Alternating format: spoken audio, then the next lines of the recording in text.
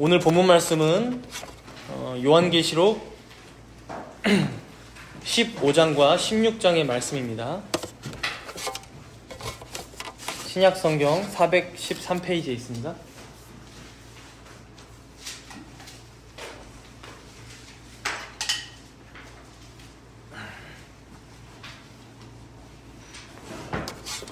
봉독은 제가 16장 1절부터 11절까지 16장 1절부터 11절까지 봉독하도록 하겠습니다. 봉독합니다. 또 내가 들으니 성전에서 큰 음성이 나서 일곱 천사에게 말하되 너희는 가서 하나님의 진노의 일곱 대접을 땅에 쏟으라 하더라. 첫째 천사가 가서 그 대접을 땅에 쏟으매 짐승의 표를 받은 사람들과 그 우상에게 경배하는 자들에게 악하고 독한 종기가 나더라. 둘째 천사가 그 대접을 바다에 쏟으매 바다가 곧 죽은 자의 피같이 되니 바다 가운데 모든 생물이 죽더라. 셋째 천사가 그 대접을 강과 물 근원에 쏟으매 피가 되더라.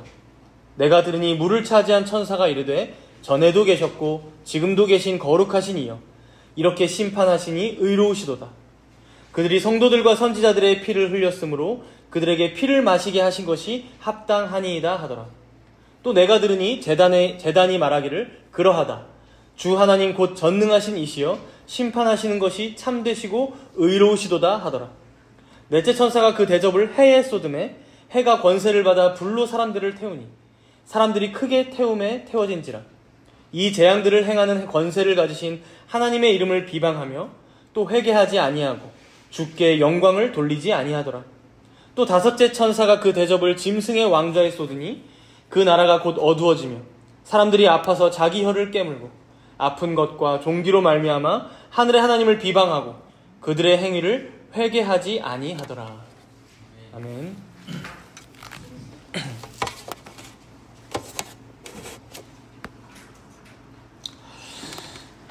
오늘 본문인 요한계시록 15장과 16장의 말씀은 일곱 대접 재앙이 나오는 내용입니다. 일곱 대접 재앙.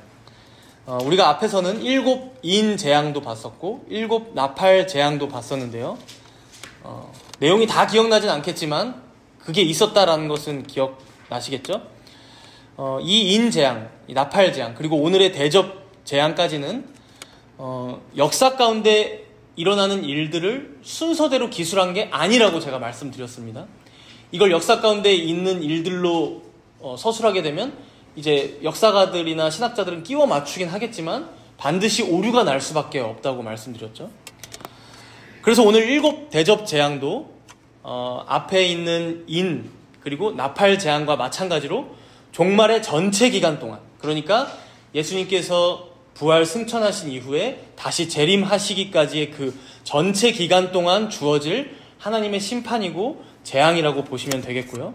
다만 우리가 나팔 재앙에서도 봤듯이 그 의미가 점점 더 강해지고 확장되어 가고 있는 것은 여기 대접 재앙에서도 볼 수 있습니다. 오늘 본문 16장 1절을 잠깐 보십시오. 16장 1절입니다.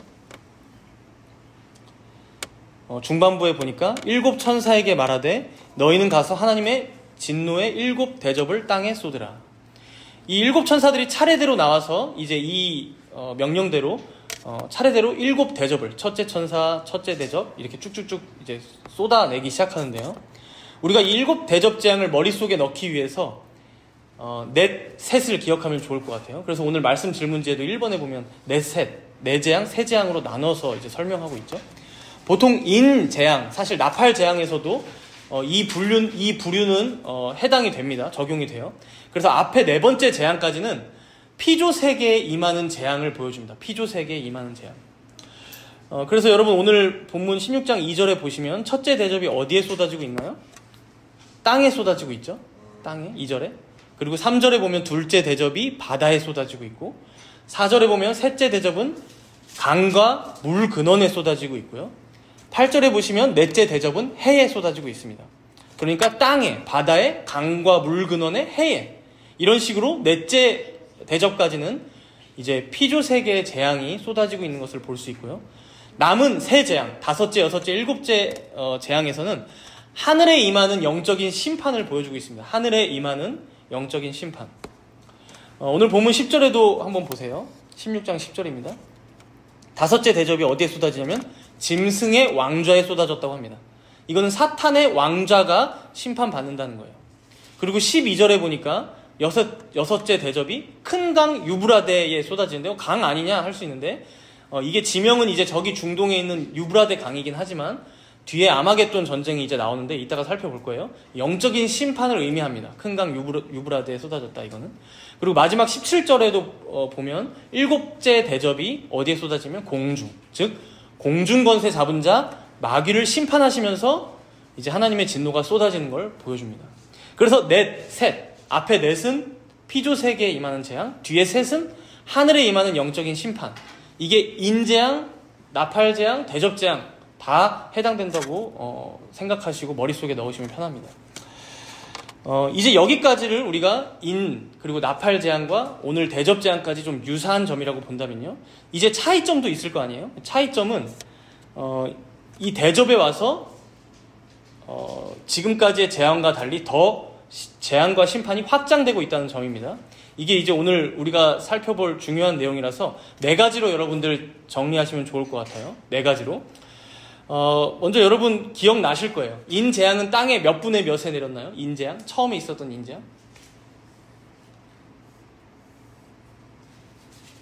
4분의 1이었죠. 그러면 나팔재앙은 3분의 1이었습니다. 근데 오늘 대접재앙은 본문 3절에 한번 보세요. 3절. 본문 3절에 보시면 제가 읽습니다. 둘째 천사가 그 대접을 바다에 쏟음에 바다가 곧 죽은 자의 피같이 되니 바다 가운데 모든 생물이 죽었다고 하죠. 그러니까 지금까지는 4분의 1, 3분의 1. 근데 이번에는 가차 없습니다. 모든 생물이 죽더라. 남김없이 모두 죽었다. 이전까지는 일부를 꼭 남겨두셔서, 그러니까 4분의 3이든 3분의 2든 남겨두셔서 이제 뭔가 다음을 이제 도모하셨는데 이제는 모든 생물이 죽습니다. 저기 뒤에 16장 20절에도 가서 보면 마지막 절쯤에 있죠. 20절에도 보면 각 섬도 없어지고 산악도 간데 없더라. 이제 일곱째 대접이 쏟아진 이유이긴 하지만 지금까지와는 완전 다르다는 걸 볼 수 있어요. 그러니까 이 대접 재앙이 최종적이고 전체적인 심판임을 보여주고 있습니다. 이 이후에 이제 나팔 대접, 이 이후에는 이제 재앙이 이렇게 나오는 건 없거든요. 그래서 두 번째 차이점으로요. 지금까지는 일부분에게만 재앙을 내리고 보여주면서 결국 하나님께서는 무엇을 목적으로 하셨을까요? 회개를 목적으로 하셨습니다. 너희들 회개해야 돼. 저기 3분의 1, 4분의 1 심판받는 거 봐봐. 너희들 빨리 회개하도록 해. 회개를 촉구하기 위한 재앙으로 보여주셨다면 이제 대접 재앙부터는 하나님의 진노의 심판 그 자체가 목적이 됩니다. 하나님의 진노의 심판 그 자체가 목적이 돼요. 그렇다 보니 이어서 세 번째 차이점도 나옵니다. 원래는 네 번째 재앙까지, 지금까지 있었던 재앙들에서 네 번째 재앙까지는 사람들에게 직접적으로 재앙이 임하지 않았어요. 네 번째 재앙까지는. 근데 여기 2절에 한번 보세요. 16장 2절. 그 대접을 땅에 쏟음에 짐승의 표를 받은 사람들과 그 우상에게 경배하는 자들에게 악하고 독한 종기가 나더라. 이제는 사람들이, 물론 짐승의 표를 받은 사람들, 우상을 경배하는 사람들이지만 그 사람들에게 직접적으로 재앙이 내리고 있습니다. 지금까지는 넷째 재앙까지는 간접적으로만 받았다면 8절에서도 한번 보세요. 8절에서도 넷째 대접이 쏟아지니 해가 불로 사람들을 태웁니다. 사람들. 9절에도 사람들이 크게 태움에 태워진지라. 그리고 이제 마지막으로 네 번째 차이점은요. 앞에 인과 나팔 재앙에서는 여러분들 대략 기억나실 거예요. 6째 인이 떼어진 이후에 7째 인이 떼어지기까지 몇 장이나 있어요. 그리고 6째 나팔이 불리고 난 이후에 7째 나팔이 불리기까지 막간이 있습니다. 그 사이에. 그런데 오늘 대접재앙은 어때요? 17절에 보시면 6째 이후에 바로 이어서 7째 대접이 바로 땅에 쏟아집니다. 그렇죠? 그러니까 하나님의 심판이 지금 일사천리로 진행되고 있는 걸 보여줍니다. 아주 빠르게 더 이상 뒤돌아볼 여유도 없이 하나님의 진노가 쏟아졌다는 것이죠. 이렇게 네 가지 차이점을 봤어요. 일부가 아닌 전체에 내리고 회개가 아닌 심판을 목적으로 하고 짐승을 따랐던 사람들에게 직접적으로 그리고 7째 대접까지 일사천리로 재앙을 받는 모습들로 이제 이 재앙 시리즈가 계속해서 이 심판이 점점 더 확장되고 온전해지고 있는 것을 우리는 봤습니다. 그러나 정말로 안타까운 것은요. 우리가 지금까지 계속해서 보기도 했지만 이렇게 하늘에서 내리는 재앙이 죄인들의 눈앞에 명확히 보이고 더 많은 부분들의 재앙이 내리고 있는데도 불구하고, 그러니까 죄인들의 인생들이 날이 갈수록 더 비참해짐에도 불구하고 여러분, 죄인들은 어떻게 합니까? 회개하지 않는다라고 말씀합니다. 이들의 반항이 더 격해지고 있는 것을 오늘 본문은 보여줍니다. 그래서 본문 16장 9절을 한번 다 같이 읽어볼까요? 16장 9절입니다. 읽습니다. 사람들이 크게 태움에 태워진지라. 이 재앙들을 행하는 권세를 가지신 하나님의 이름을 비방하며 또 회개하지 아니하고 주께 영광을 돌리지 아니하더라. 오히려 죄인들은 그 재앙을 내리신 하나님의 이름을 비방하고 회개치 아니하고 주님께 영광을 돌리지 않는다라고 합니다. 오늘 본문 안에서 이런 서술은 총 3번 등장해요. 그래서 11절에도 한번 보세요. 밑에 나오죠. 아픈 것과 종기로 말미암아 하늘의 하나님을 비방하고 그들의 행위를 회개하지 아니하더라. 그리고 마지막 21절에도 보면 그 우박의 재앙 때문에 하나님을 비방하니 그 재앙이 심히 크미러라 이러고 맞춰요. 그러니까 마지막 재앙까지 다 받았어요. 7째 대접까지. 그런데 이 짐승의 표를 받고 짐승을 따르는 죄인들은 결코 끝까지 회개하지 않더라라는 거예요.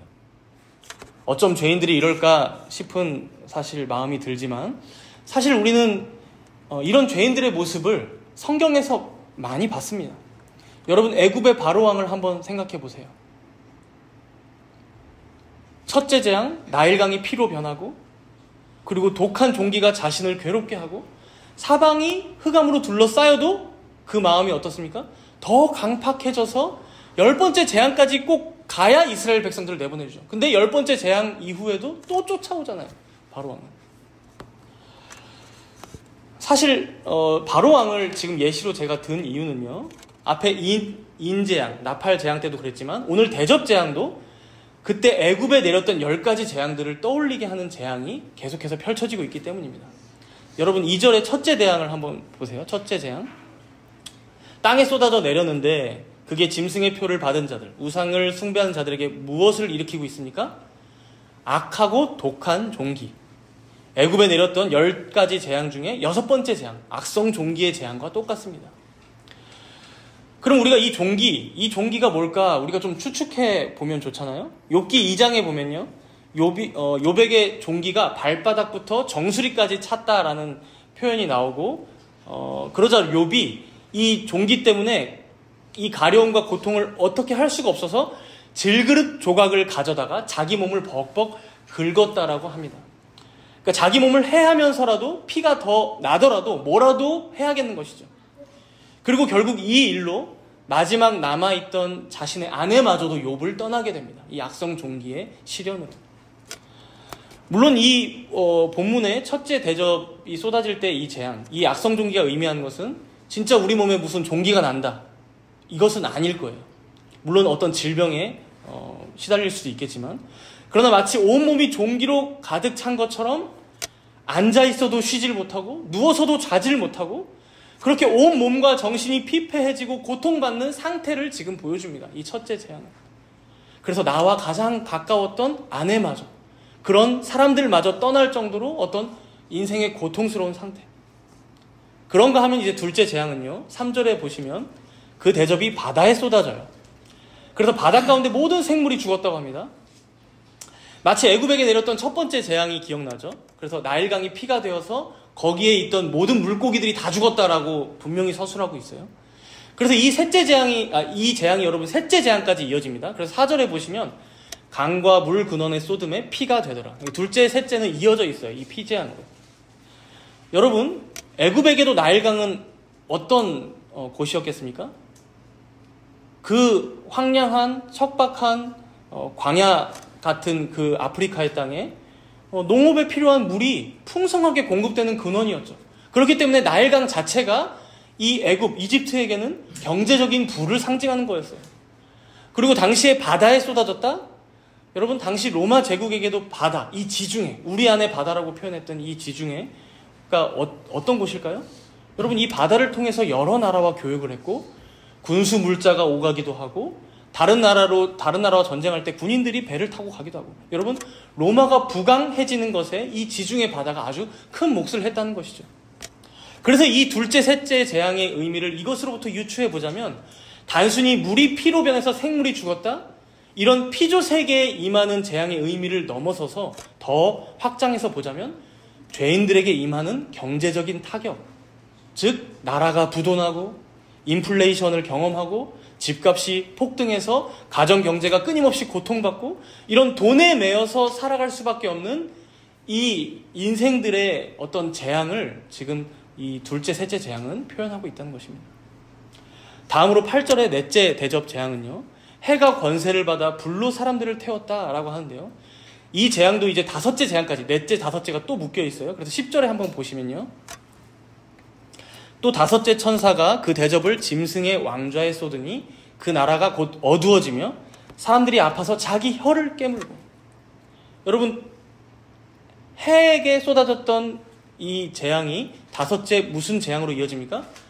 애굽에게도 있었던 아홉 번째 재앙, 즉 흑암의 재앙으로 이어집니다. 어두워지니. 근데 이게 짐승의 왕좌의 재앙이 쏟아지면서 그 나라가 어두워졌다. 여러분, 이 짐승의 왕자, 사탄의 보좌라는 곳은 당시에 이제 많이 비유로 얘기했습니다. 바로 로마 제국을 의미합니다. 황제의 보좌. 황제 숭배와 우상 숭배가 만연했던 이 로마 제국의 권세를 의미합니다. 거기에 지금 재앙이 쏟아져서 어두워졌다. 무엇이겠습니까? 결국 그런 로마 제국의 어떤 권세들로 인해, 황제의 권세들로 인해서 인생들이 불에 타는 듯한 고통에 빠질 뿐만 아니라 그 죄인들이 영적으로도 너무 어두워져서 도저히 앞이 보이지 않을 정도의 비참한 인생들을 살아간다는 거예요. 그러니 사람들이 어떻게 합니까? 차라리 아파서 자기 혀를 깨물고 죽기를 도모한다는 거예요. 죄인들이 살아가는 인생이 바로 이러하다. 종말의 시대가 바로 이러한 시대들이다라는 것을 지금 말씀해주고 있는 거예요. 그러나 여러분, 우리가 아까도 봤지만 이런 총체적인 재앙들을 죄인들이 겪으면서도 애굽의 열 재앙과 같이, 그리고 여기 일곱 대접 재앙과 같이 악한 종기가 몸을 뒤덮은 것처럼 매일이 고통스러운데도, 바다와 강이 다 피로 변한 것처럼 먹고 살기가 각박하고 경제적으로 타격을 입어도 로마 황제와 같이 세상 권세 잡은 자들 때문에 날마다 괴롭힘을 당하고 한치 앞이 보이지 않는 흑암 속에 걷는 것과 같이 인생이 깝깝한데도 어떻게 한다고요? 자기 혀를 깨물고 죽는 한이 있어도 하나님께로 돌이키거나 회개하지는 않는다는 거예요. 우리 본문 11절을 함께 읽어볼까요? 본문 11절입니다. 16장 11절 읽습니다. 아픈 것과 종기로 말미암아 하늘의 하나님을 비방하고 그들의 행위를 회개하지 아니하더라. 여러분, 아파요. 종기로 고통스러워요. 그러면 인생이라는 게 내 마음대로 되는 게 아니구나. 내가 세상에서 권력자들 뒤에 줄을 쓴다고 해서, 혹은 돈을 많이 벌어보고자 평생을 애쓴다고 해서 그게 이 인생이 해결되는 게 아니구나. 행복이라는 것, 안식이라는 것, 만족이라는 것은 그렇게 얻어지는 게 아니구나. 이걸 다 경험하면서도 지금 뭐라고 어떻게 한다고요? 하늘의 하나님을 비방하고 자신들의 행위를 회개하지 않았다. 사랑하는 여러분, 이게 얼마나 안타까운 일입니까? 우리가 세상에서도 보면 인생의 덧없음을 얘기하는 사람들은 많습니다. 돈을 많이 가져도, 그리고 인기를 얻고 유명해져도, 좋은 집에 살고 멋진 차를 타도 그게 행복은 아니더라고요. 얘기해주는 사람들 요즘에 많아요. 그런데 문제는 무엇입니까? 이제 그걸 알았다면 진짜 진리를 찾기 위해 눈을 돌려야 하잖아요.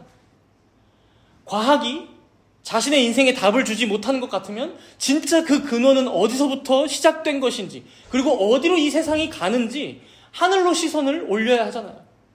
근데 결국엔 어떻게 살아갑니까?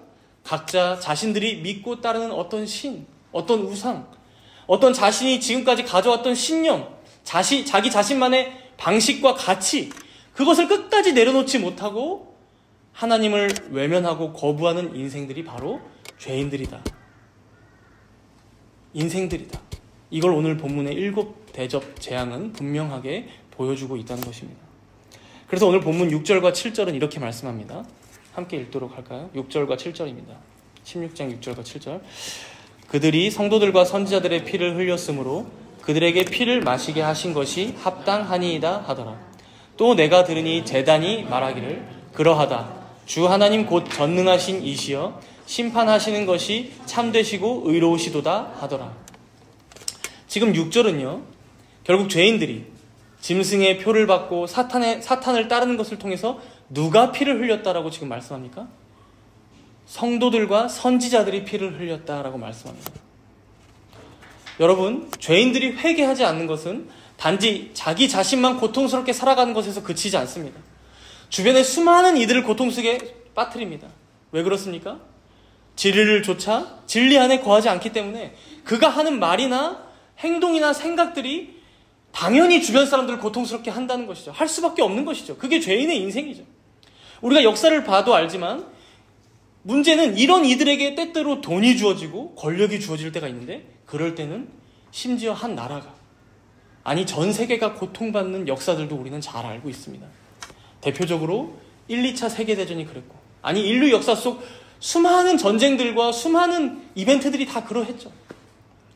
이런 것만 봐도 우리가 기억해야 할 것은 죄인들은 자신들이 받는 재앙, 이 심판을 결코 하나님 앞에 불의하다고 항소할 수 없다는 사실입니다. 여러분, 여기 7절에 보세요. 아주 중요한 고백인데요. 또 내가 들으니 제단이 말하기를, 그러하다 주 하나님 곧 전능하신 이시여 심판하시는 것이 참되시고 의로우시도다. 우리 하나님의 공의로우신 심판을 누가 불의하다고 항소하겠냐는 것입니다. 영원히 멸망받을 죄인도 항소할 수 없고요, 여러분, 여기 앉아있는 은혜로 용서받은 의인들인 우리도 할 수 없다는 것입니다. 하나님 앞에 불의하다고. 결국 마지막 때가 다가오면 다가올수록 종말의 전체 기간 동안 펼쳐지는 하나님의 재앙과 심판이 결코 불의하지 않음을 인류의 역사는 증명하고 있다는 것입니다. 계속해서 더 악으로 치닫고 더 죄를 행하고, 그렇기 때문에 오히려 우리는 참되시고 의로우신 심판을 하나님께서 행하시는구나 인정해야만 한다는 것입니다. 죄인들은 결국 자기 자신의 죄로 마땅히 보응을 받는 것입니다. 지금도 온 세상 만물을 통해 하나님의 영광이 드러나고 또 자신의 양심이 하나님의 살아계심을 증거하고 있지만, 더해서 요즘에는 여러분 복음이 귓가에 들려져 옵니다. 사실. 그런데 애굽의 바로가 그러했듯이 모세가 여러분 찾아와도, 우리가 가끔 하는 농담이지만 예수님 다시 살아나셔서 온다고 해도, 여러분 거지 나사로와 부자가 각자 천국과 지옥에 갔을 때 부자가 아브라함에게 부탁하잖아요. 나사로를 살려서 자기 형제들에게 좀 보내달라고. 그럼 그들이 복음을 듣고 자기처럼 여기 지옥에 오진 않을 거라고. 그러나 여러분, 나사로가 살아난다고 해도 죄인들은 결코 회개하지 않고 결국 자기 자신의 불신앙으로 말미암은 그 죄의 심판을 받는다는 것, 바로 그것을 우리는 꼭 기억해야 한다는 것입니다. 사랑하는 성도 여러분, 그렇다면 이제 이런 종말의 시대를 살아가는 우리들, 신자들의 태도는 어떠해야 할까요? 사실 우리가 죄인들이 받는 재앙들이라고 지금 방금 살펴봤지만, 그럼 이제 신자들의 인생은 어떻습니까? 여러분, 사실 이 죄인들과 똑같은 고통을 겪으며 살아갑니다. 종기 재앙처럼 머릿속이 복잡해질 때도 있고, 육체의 질병으로 몸이 정말 아플 때도 있습니다. 피해 재앙처럼 경제적으로 어려워서 미래가 보이지 않고 막막해질 때도 많고요. 흑암 재앙처럼 세상의 핍박과 박해로 마음이 어두워지고 냉담해지고 정말 이 인생을 살아가기가 너무나 힘겹다라고 입에서 탄식이 나올 때도 많아요. 그래서 죄인들뿐만 아니라 여러분, 의인들인 우리도, 용서받은 죄인들인 의인들인 우리도, 나도 혀 깨물고 확 죽어볼까? 진짜 너무 괴로울 때는 그런 생각이 들 때도 찾아오는 게 신자의 삶입니다. 그렇다면 우리가 생각해 봅시다. 신자가 저 세상의 죄인들보다 더 나은 게 그럼 무엇입니까? 무엇이 더 낫기에 여러분들은 오늘 와서 여기 앉아서 예배를 드리고 있고 이 말씀을 듣고 있고 심지어 하나님을 찬양하고 그에게 경배함으로, 감사함으로 인생을 여러분 살아가십니까? 무엇이 다르기에? 바로 그 비밀이 오늘 마지막 6째 대접재앙과 7째 대접재앙이 나옵니다. 우리 본문 12절을 16장 12절을 함께 읽도록 하겠습니다. 또 6째 천사가 그 대접을 큰 강 유브라데에 쏟음에 강물이 말라서 동방에서 오는 왕들의 길이 예비되었더라. 여기 큰 강 유브라데는요, 창세기 15장 18절에 보면 하나님께서 아브라함에게 너가 있는 거기 가나안 땅을 다시 줄 거야. 너희들 자손들에게 줄 거야 할 때 내가 이 땅을 애굽 강에서부터, 그러니까 남쪽의 경계를 그으셨죠. 애굽 강에서부터 그리고 북쪽과 동쪽으로는 그 큰 강 유브라데까지 내 자손에게 주겠다라고 약속하십니다. 그러니까 어떤 하나님께서 허락하신 하나님의 기업, 하나님의 나라의 어떤 북동쪽 경계선을 지금 그 큰 강 유브라데는 의미한다고 볼 수 있어요. 그런데 여기에 6째 재앙이 쏟아져서 말라버렸다고 합니다. 여러분, 강이 마르면 어떻게 됩니까? 군대들이 그 땅을 밟고 올 수가 있는 거예요. 그래서 동방에서 오는 왕들의 길이 예비되었다. 이건 수많은 동쪽에 있는 그 왕들, 그 사탄의 세력들이 오는 것을 더 이상 유브라데 강이 막아주지 않을 것이다. 그게 마르니 이제 쳐들어올 것이다 라는 것이죠. 그래서 이어서 13절과 14절에 보세요. 13절과 14절. 또 내가 보매 개구리 같은 새 더러운 영이 용의 입과 짐승의 입과 거짓 선지자의 입에서 나오니.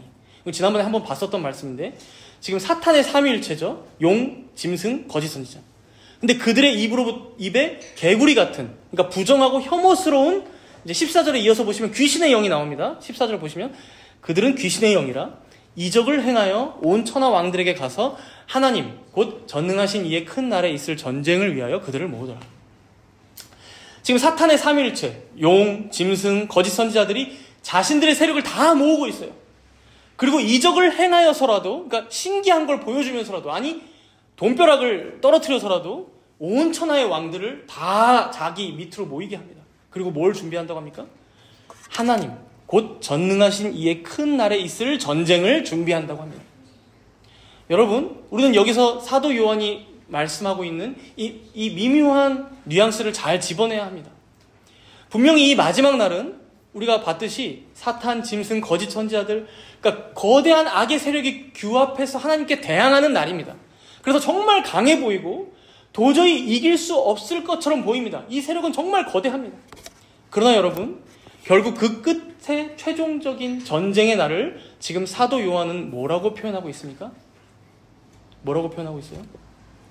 14절에서 하나님 곧 전능하신 이의 큰 날이라고 말씀합니다.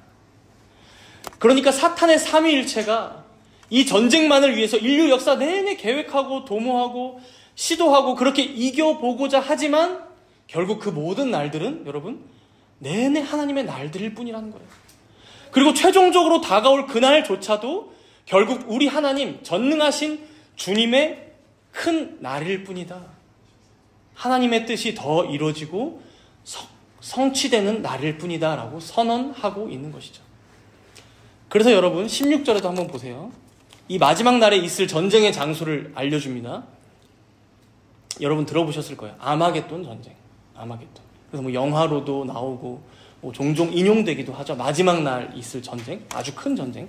새 영이 히브리어로 아마겟돈이라 하는 곳으로 왕들을 모으더라. 여러분 이 아마겟돈은요. 히브리어인데 발음하자면 하르마겟돈입니다. 하르마겟돈. 이 의미가 하르는 여러분 산이나 언덕을 얘기해요. 산, 언덕. 마겟돈은 무깃도를 의미합니다. 무깃도. 그래서 무깃도의 산을 의미하는 단어죠. 하르마겟돈. 무깃도의 산.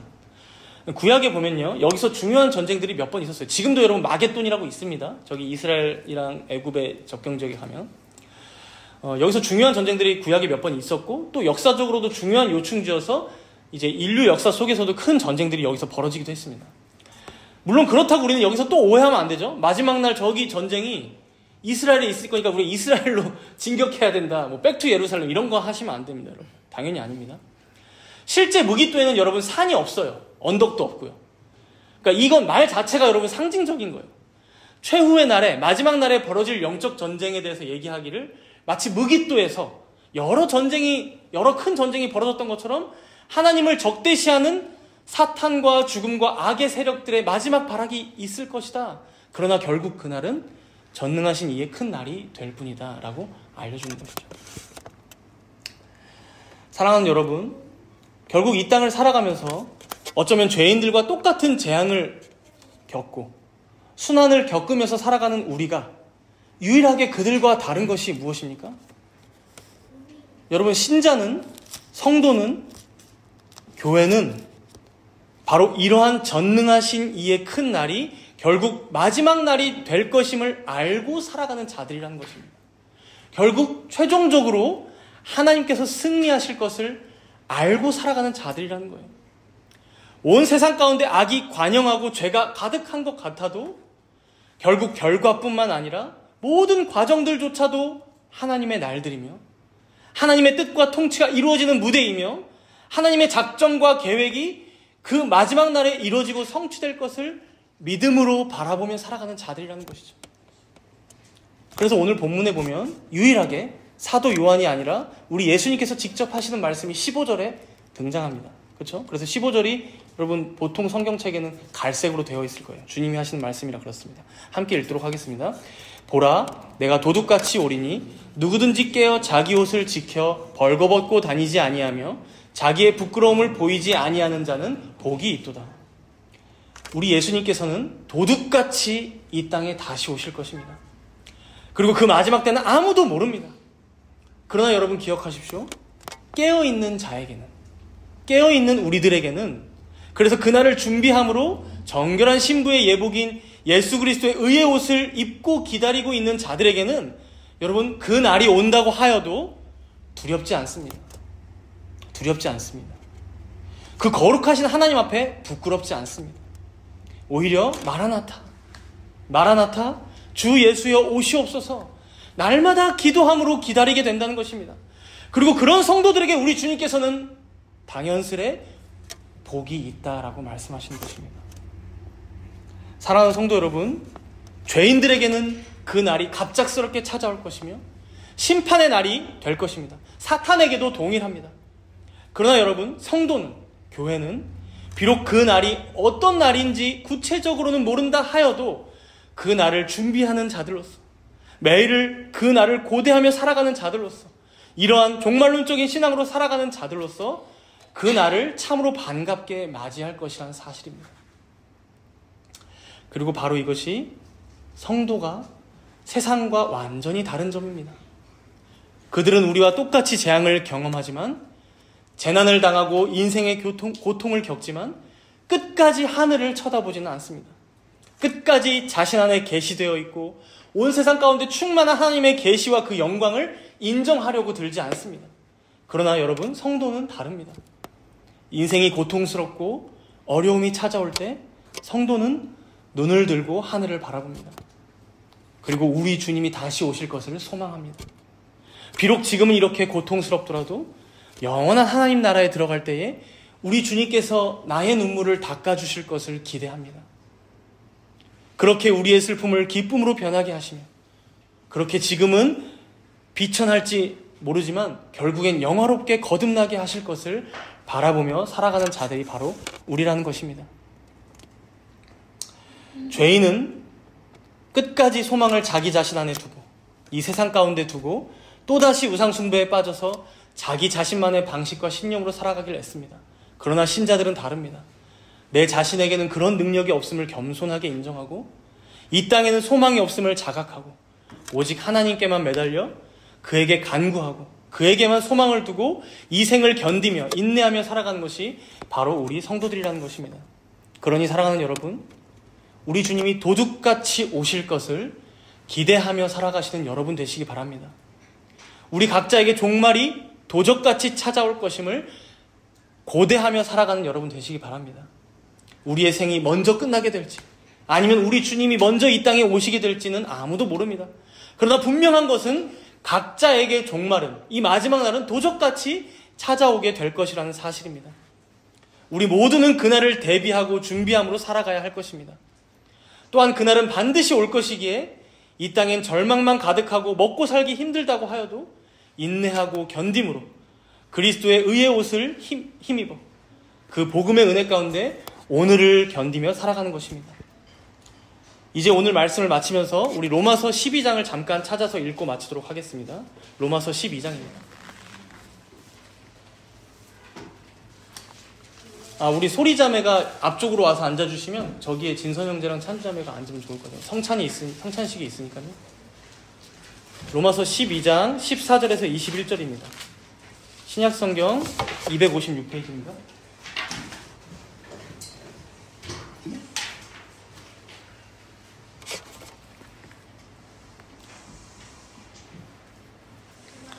예, 이 말씀은 이제 마지막으로 우리가 읽고 마칠 텐데, 종말을 아는 성도들이 어떻게 살아가야 하는지 지금 사도 바울이 권면해주고 있는 말씀입니다. 한 절씩 번갈아 가면서 교독하겠습니다. 저부터 14절 읽겠습니다. 너희를 박해하는 자를 축복하라. 축복하고 저주하지 말라.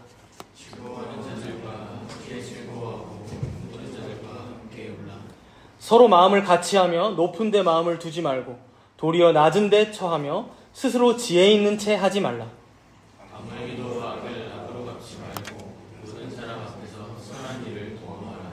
할 수 있거든 너희로서는 모든 사람과 더불어 화목하라. 사랑하는 자들아, 너희가 친히 원수를 받지 말고 하나님의 진도하심에 맡기라. 그렇게 되었을 때 원수 갚는 것이 내게 있으니 내가 갚으리라고 주께서 말씀하시니라. 내 원수가 줄이거든 먹이고 목마르거든 마시게 하라. 그리함으로 내가 숯불을 그 머리에 쌓아 놓으리라. 함께 읽습니다. 악에게 지지 말고 선으로 악을 이기라. 종말을 아는 신자의 삶이 바로 이러해야 한다는 것입니다. 결국 심판은 우리 하나님께서 하십니다. 우리에게는 그 심판의 권한이 결단코 없습니다. 사실 우리도 그들과 똑같은 죄인들이기 때문입니다. 그렇기 때문에 다만 우리가 구할 것은 아직도 죄인들에게 기회를 주고 계시는 하나님의 자비하심에 기대어 그들의 구원을 위해 기도하는 것입니다. 우리의 억울함은 하나님께 맡기고 심판은 오직 하나님께 의탁하고 우리는 오히려 악에게 지지 말고 선으로 악을 이겨야 한다는 말씀입니다. 혹시 주변에 원수와 같은 자들이 있으십니까? 오히려 그들을 먹이시기 바랍니다. 그렇게 못하겠다면 최소한 그들과 싸우지는 마시기 바랍니다. 아무에게도 악을 악으로 갚지 마시고 모든 사람 앞에서 선한 일을 도모하십시오. 그럴 때 우리는 다 모르지만 하나님께서는 그들 가운데에서도 자신의 택하신 백성들에게 구원의 은혜를 베푸실 것입니다. 그들을 죄와 사망과 어둠의 권세에서 구속해내실 것입니다. 그러니 우리는 그 하나님께만 소망을 두고 그리고 마지막 날에 공의롭게 심판하실 것을 바라보고 기대함으로 이 땅에서의 삶이 비록 힘겹고 어렵더라도 끝까지 주님의 은혜를 바라고 간구하면서 견디고 인내하고 승리하시는 모든 성도님들 되시기를 축복합니다. 함께 기도하도록 하겠습니다.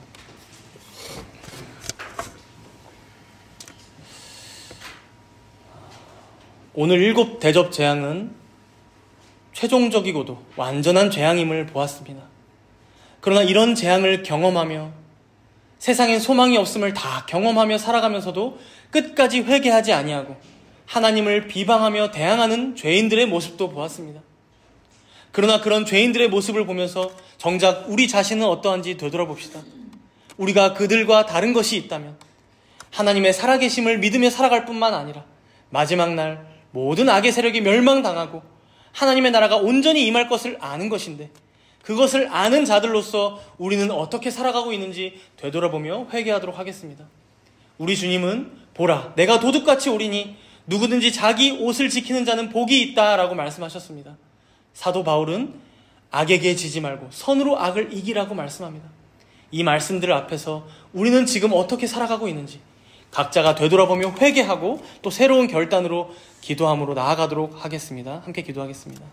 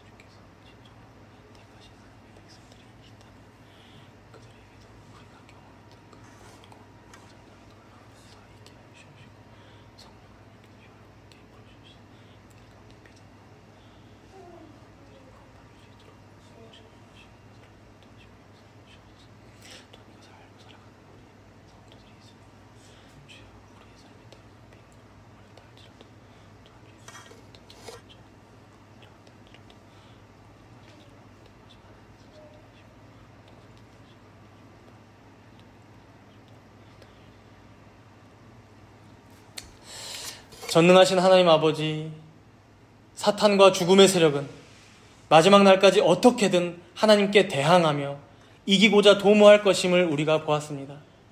그리고 그런 사탄을 따르는 짐승의 표를 받고 여전히 죄인으로 회개치 아니하고 살아가는 수많은 인생들도 있음을 봅니다.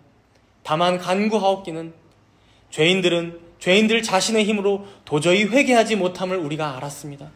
하오니 주님, 그럼에도 불구하고 사람이 할 수 없는 그것을 우리 하나님은 하실 수 있으심을 믿습니다. 하나님께서 택하신 당신의 자녀들이 아직도 저 세상에 회개치 아니하고 살아가는 자들로 살아감을 우리가 또한 믿습니다.